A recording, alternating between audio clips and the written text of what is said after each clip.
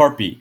So in this question, we're told that an ice cream vendor investigates the relationship between the total number of children visiting the park and the number of ice cream sold, X.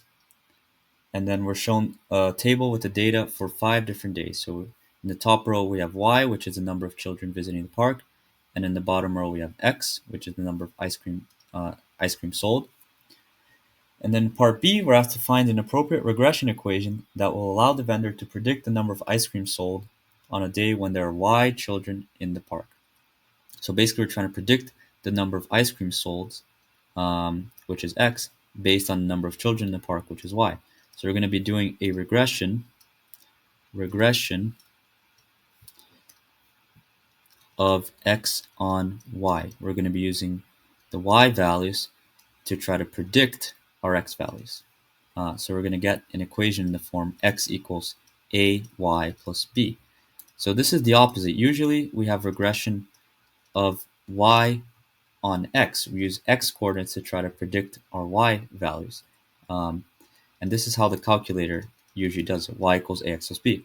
But this won't change the calculation. We just have to make sure that our independent variable, which is the data that we're going to be using to predict the dependent variable, is in the right order. So basically, in this case, the Y value is the independent variable and the X values are the dependent variable.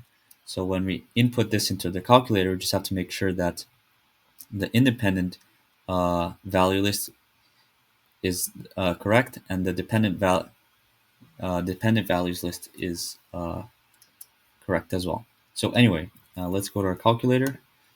You can go to menu, statistics. So list 1, I'm going to input my Y data. So 81, 175, 202, 346, 360.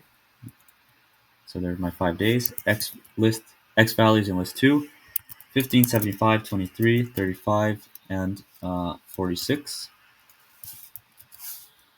And then we go to calc, regression, but let's just set. So for the calculator, X list is the independent variable list, which in this case is our Y, and that is in list 1, so that's correct. And the Y list is the dependent variable list, which is our bottom row over here for X, which is in list 2. So this bit is correct. So we can just go to calc, regression, X, AX plus B, and we get 0.0935 for A and 7.43 for B, rounded to 3 significant figures. So we get A equals 0.0935 and B equals 7.43. And again, we did the regression. This is for the calculator. The X list is always the independent variable and Y is dependent.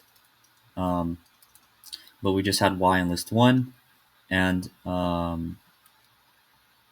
we just had Y in list 1 and X in list 2, so it did it correctly. So we get an equation in the form X equals 0.0935 Y plus 7.43. So that's our answer to part B.